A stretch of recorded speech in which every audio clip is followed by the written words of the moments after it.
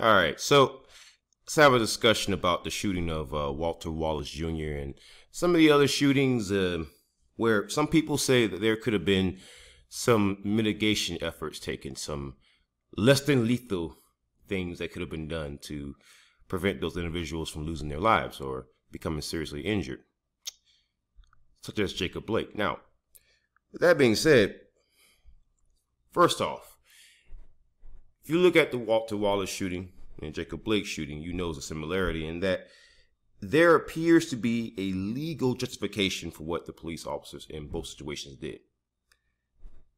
Now, that's perfectly fair to say, and that can't really be debated. That's one way to look at it, that's an option. When you like me and you've been trained in combat training, actual combat training, you understand that when you walk into a scenario and there's only one way out, only one option, you should look for an alternative way of entry or don't engage until you have multiple options. You could ask any tactical advisor, you ask any person who teaches like a gun course, you ask anybody who teaches a tactical course, talk to any police officer, any soldier, especially soldiers. You always want to enter into a situation with as many options as possible, because you never know when that option that you thought you were going to count on was going to be cut off. Now, the reason why I have an issue with those shootings is this. I decided to Google the Philadelphia Police Department and to see if they have any military gear. Because see, the excuse in the Walter Wallace shooting was that there were no tasers. The officers weren't equipped with them. That's interesting.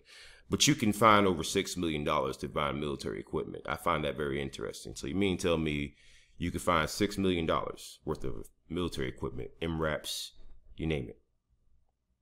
But a taser that if you go on Amazon right now, you probably ain't paying no more than 20 bucks for. You can find a taser for 20 bucks right now. I mean, you can find tasers like, little black power fist that I think it was his name was Huey Freeman in the Boondocks. The little black power fist. They actually sell those, and they're actually functioning. They actually work. You can find taser guns for dirt cheap. They're not expensive. With as much money as the average Philadelphia police officer is making, you mean tell me that you couldn't spend a little bit of money on a taser? Especially if you know that you're going to be putting hands on with people in Philadelphia. Philly's crazy. Philly is a different kind of city. Philly is not like, rural town America, apple pie America. All right. Philly, that's a jungle, yo. Philly's no joke. You go there the wrong time of night, you gonna get got. Okay, I'm just gonna put it to you like that. I've been to Philly several times. I was told that it's not legal to, conceal carry in Philly unless you have a license. But I'm gonna go ahead and tell you right now, I sure carry my gun in my coat. Okay, if I'm gonna go to jail for illegally carrying in Philadelphia, I'll take that L. Because if I get robbed and killed, I can't take that L because I can't come back from that L. So, if you're going to live in that kind of city, you would think that you would not only pick up lethal means, but less than lethal means, given the fact that you understand that not only are you going to be putting hands on with a lot of people, but you understand that at the current time, any sort of shooting, any option that is not less than lethal, that's going to face a whole lot of scrutiny, right? So then, why not go pick up a taser when they're dirt cheap? But then the other issue with that is that you have MRAPs. MRAPs is these giant military vehicles. They're like these gigantic 18-wheeler style military vehicles that are up armored. I mean, you could hit those things with a freaking RPG and they'll still make it. I had a situation in combat. We had a 15-year-old kid shooting at us. I was working at an entry control point. And this 15-year-old kid was just shooting at us. So we decided just to go inside of our MRAPs and just wait. What is he going to do? His little handgun bullets wasn't going to do anything to those vehicles. And we just waited until he ran out of bullets. And the best part about the MRAP is that it has a gunner's hatch. So let's say that Walter Wallace was still out of control and he was starting to attack people, slash people. Well, then you could just shoot down at him. And shooting down at something is much more accurate than shooting up or across. You know how you shoot fish in a barrel? That's what they're saying is trying to tell you. You're shooting down into the barrel. That way it's kind of hard to not be accurate. If you shooting down to a barrel and you still miss, bro, give up gun. Give up guns. Don't touch a gun ever again. You suck. Okay? So with a gunner's hatch, with you having the high ground, because the MRAP sits up so high off the ground, I mean, I don't know why you wouldn't use the MRAP when you understand that you were being told that there was somebody aggressive. And from what I understand, that they kind of had an inkling this guy had a weapon, you know. So you understand that this guy has weapons, and you understand that you have a high likelihood of riots. Why would you not bring the vehicle that can be a shield between you and rioters? You and the so-called BLM terrorists that you call terrorists, the Black Panther Party, the the NFA, why would you not bring the vehicle, right? If you know it's gonna be violence, because in any other case you're hyper militarized, right? In any other case you show up looking like freaking like a Rainbow Six Siege operator, okay? In any other case, I'm thinking to myself, man, are you an attacker or a freaking defender? I'm wondering, are we playing like terrorist hunt? Are we playing like multiplayer? I mean, which Rainbow Siege 6 operator are you? So in any other case, you show up all decked out in full battle rattle. I mean, these boys got AR-15s that are just immaculate. I mean, they spend the big bucks on that. You spend the big bucks on customizing your AR-15 rifle when you could have just saved money on just one of those components. Just not buy one of those components to that fancy AR-15 that you're carrying around and buy a damn taser. Or buy some rock salt bullets. I just don't understand why you spend so much money trying to be the warrior cop, but won't drop a dime on being a servant, a public servant, which is what you actually are. When I deployed to combat, one of the first things that I brought, I brought a baton, because I was told that I was going to be placed on ECP duty. So ECP is an entry control point, meaning the only thing separating that fob from Afghanistan was me and that team. Okay, so given that I'm going to be hands-on searching people and everything else, searching trucks, using bomb dogs and everything else, given that I'm going to do all that dangerous stuff, getting shot at, I mean, the worst danger that you can face, you're going to face right there. Okay, because they want to get on that fob. They want to kill everybody there. And you're the person that's standing in the way. So they're going to come after you.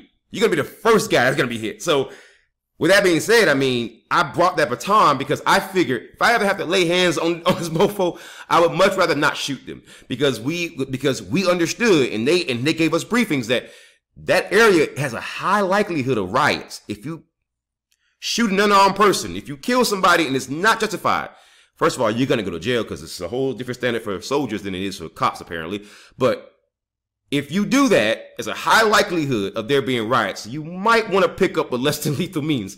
And so you had guys that are picking up the gloves with like the Kevlar like knuckles, so that in case I feel like punch you, I can knock you out on the first hit, and therefore no one can say anything. I didn't shoot you, but I didn't knock you out. There's always a less than lethal means. Like, for example, I open carry here in Washington State, and I carry a flashlight that has crazy high lumens, so that when I flash it in someone's face, it blinds them. I also carry a knife, all right? And I do carry a taser, and it's all in this kind of funny like tool bag. In fact, I'll go grab it in a second, but to kind of show you how I got it like laid out, it's not like a normal gun holster, but I carry it like a normal gun holster. And it's actually a tool bag that I spent like $8 on. And I keep a bunch of less than lethal means in there, but I keep the gun in there too. So that way, I don't have to go to the gun, which is, that's my hope. If I'm ever attacked, my hope is I never have to pull a trigger, because I don't want that on my conscience. You know?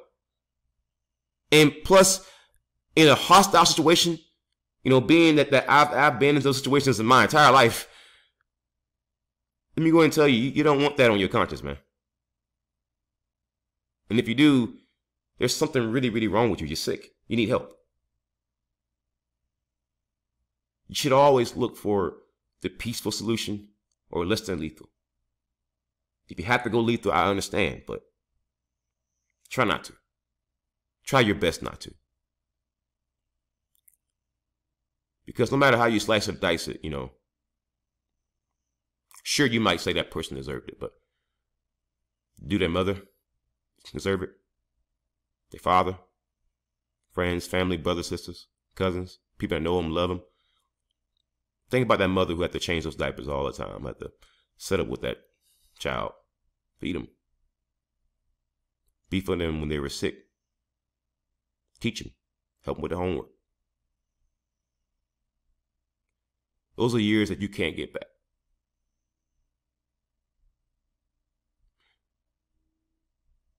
I don't know what's wrong with America where we have this bizarre warrior mentality, this incessant need to shoot first and ask questions later. But Walter Wallace Jr. was a man suffering from mental illness. It's kind of hard to talk about. And at that point, he was battling demons. And I think that it would sadden Jesus to see how we respond to demons now.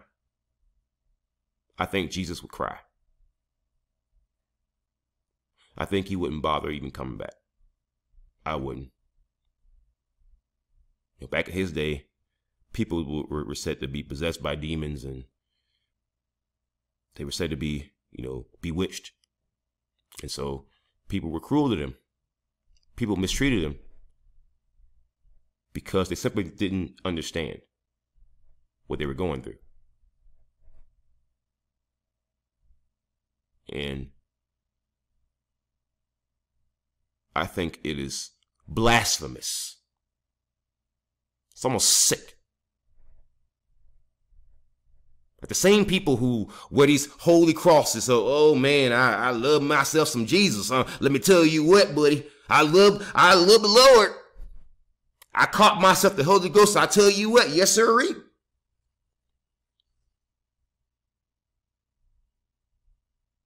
Suppose for a second that Jesus was standing right there as Walter Wallace is being gunned down. You don't think Jesus would have said, let's find another way to handle this? You can't talk about getting rid of gun control. I know a lot of my audience happens to be on the right, or they're not so much left, or they're a little bit center. You can't talk about gun control, and mention that in the same breath with mental health,